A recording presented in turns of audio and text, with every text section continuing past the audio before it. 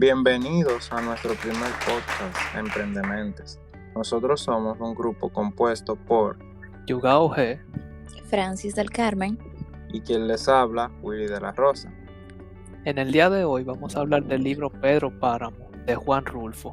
Pedro Páramo fue una influencia clave en escritores latinoamericanos como Gabriel García Márquez, el cual expresó haberse sentido bloqueado como novelista después de escribir sus primeros 4 libros, y que fue solo el descubrimiento de Pedro Páramo en 1961 que le cambió la vida. Así es, Yugao. Este libro es muy interesante y quisiera comenzar a darle una breve introducción. En el 1955, el autor mexicano Juan Rulfo publicó esta obra, donde el desarrollo del personaje es el resultado de la violencia, sensualidad, donde un sueño no tiene sentido, los pecados son castigados y el espacio se convierte en una eterna pesadilla.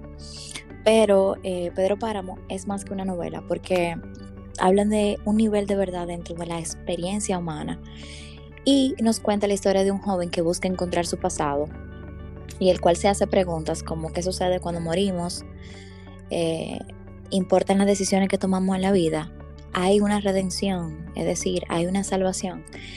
Y sí les diré que es muy confusa porque en medio de la historia, con esas narraciones de la nada y llena de declaraciones donde muchas veces no te sientes seguro del contexto y quizás del significado de todo en la escena, pero que al final todo se revela. Sí, yo creo que para poder entender lo que es realmente esta historia, uno debe leerse por lo menos 2 veces, porque entiendo que es un poco arbitraria. Sí, yo opino lo mismo, es compleja de seguir. Entonces, si me permiten, quisiera comenzar a leer el primer párrafo del libro. Claro que sí. Vine a Comala porque me dijeron que acá vivía mi padre, un tal Pedro Páramo. Mi madre me lo dijo y yo le prometí que vendría a verlo en cuanto ella muriera. Le apreté sus manos y en señal de que lo haría, pues ella por morirse y yo en plan de prometerlo todo, no dejes de ir a visitarlo, me recomendó. ¿Qué opinan de este principio del libro? Yo entiendo que aquí comenzó bien el libro porque en esta escena inicial nos cuenta la trama sobre el personaje principal, lo cual es increíble, y nos dice que Juan Preciado quería lograr. Además tenemos el contexto de gente muriendo y me llama mucho la atención cómo su madre le dice, necesitas ir a conocer a este hombre Pedro Páramo, a quien no conoces. Y es ahí como que donde le da ese toque de intriga a esta obra o a esta novela. Sí, Juan Rulfo pensó mucho escribiendo este libro. Sí. Ustedes saben, yo estuve buscando sobre el autor y leí donde le hicieron una entrevista realizada en el año 1966, en donde Juan Rulfo confesaba que Pedro Páramo no tiene un origen que es de esas cosas que se le ocurren a uno, producto de la imaginación. Allí utilizó la técnica del contrapunto, porque están rotos el tiempo y el espacio.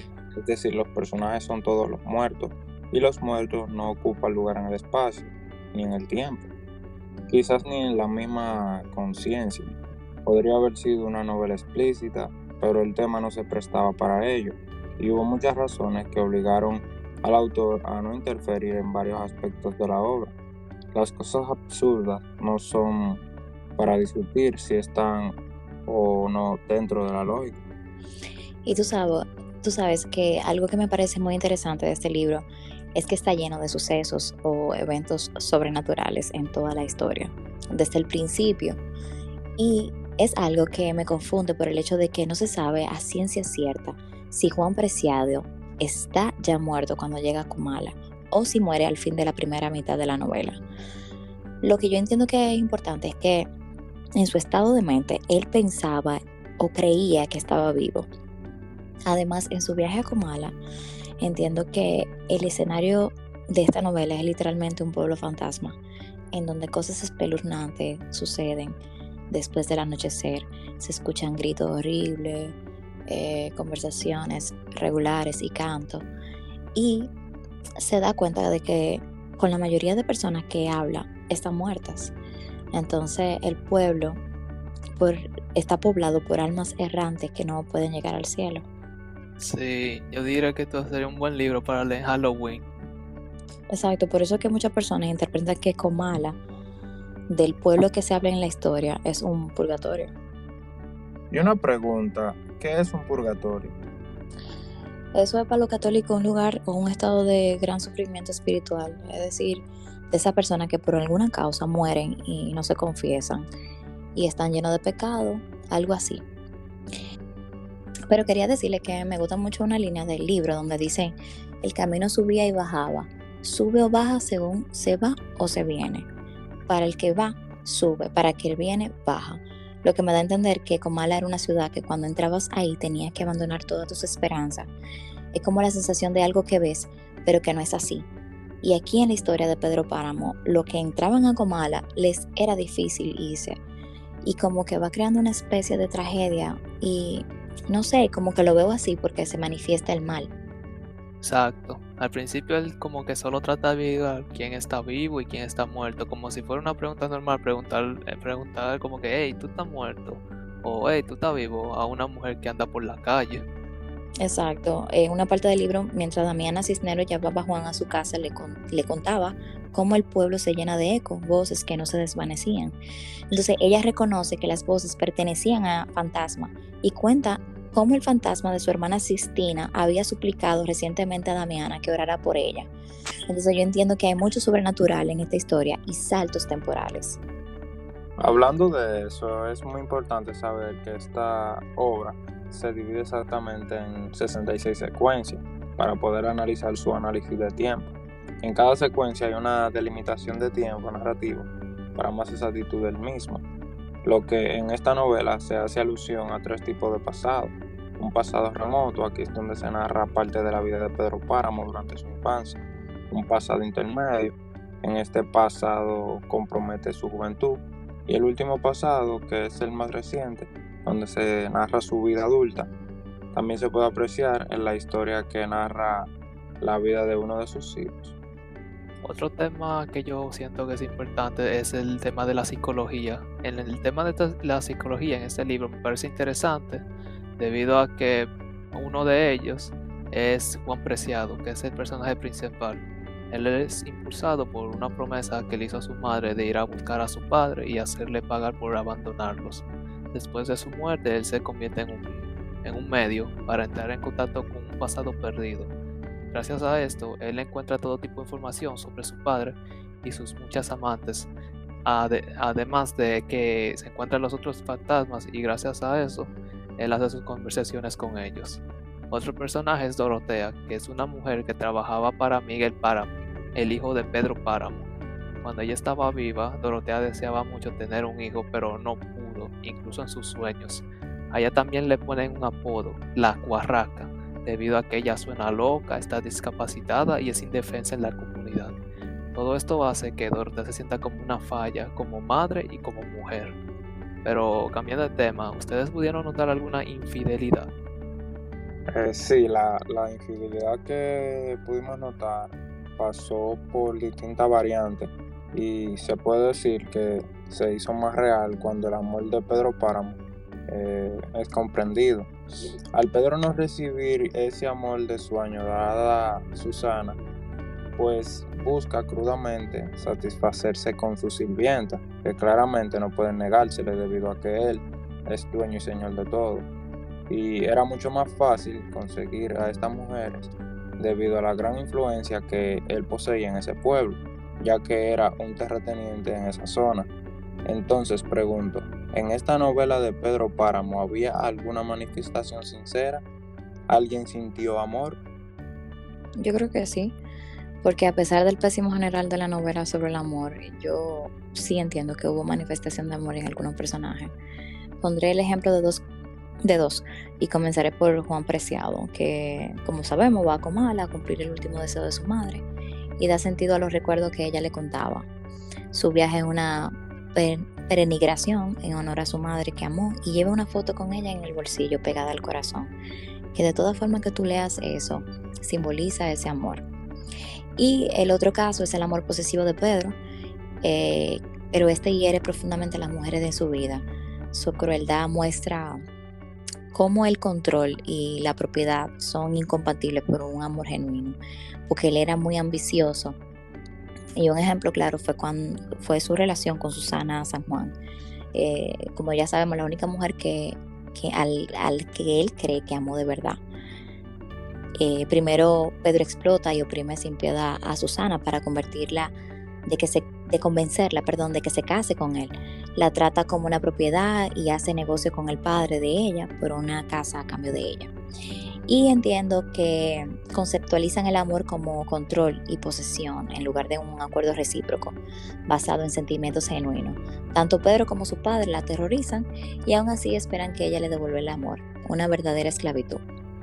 Ustedes saben, ahora que Francis menciona la palabra esclavitud, en esta novela podemos ver que antes de que el pueblo de Comala cayera, había mucha esclavitud. Esto es debido a Pedro Páramo, que era el gran hombre en Comala. Resulta que él es rico, despiadado y un poco romántico. Como él es la persona más rica de Comala, él hace lo que él quiera, como comprando o robando todas las tierras, se acuesta con casi todas las mujeres de la ciudad y casi todos los hombres trabajan para él. A pesar de que hay mucha tierra y mucho dinero, se consolida en manos de él, lo que deja a todos los demás atrás para sufrir. Y ya después de su muerte, los residentes no llegan al cielo y continúan su sufrimiento como fantasmas o almas errantes. Ustedes saben que uno de los elementos que me llama la atención de este libro es la manera persistente en la que el narrador relata los recuerdos de otras personas, como la estructura de la novela se despliega de una manera similar a la memoria, y las complicadas perspectivas de la novela bien pueden explicarse como una multitud de voces que repiten la historia de sus vidas. Sin embargo, aunque no se acepte esta interpretación, nosotros no podemos negar que es muy evidente de que la fuerza principal de la obra es hacer las paces con una historia perdida. Y esto lo digo porque las almas que habitan en el pueblo de Comala están condenadas a revivir su vida una y otra vez.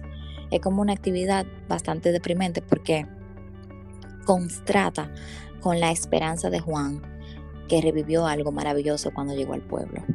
Eso en verdad me parece a mí muy interesante. Ahora bien, ¿ustedes tienen algún concepto del papel que juega la mujer en la novela? Yo entiendo que el desarrollo de la mujer en Pedro Páramo permitió encontrar nuevos asuntos en torno a ella, como lo son las mujeres y los espíritus que cobran vida en Comala, y plantear una descripción física de las mujeres que habitan en este pueblo.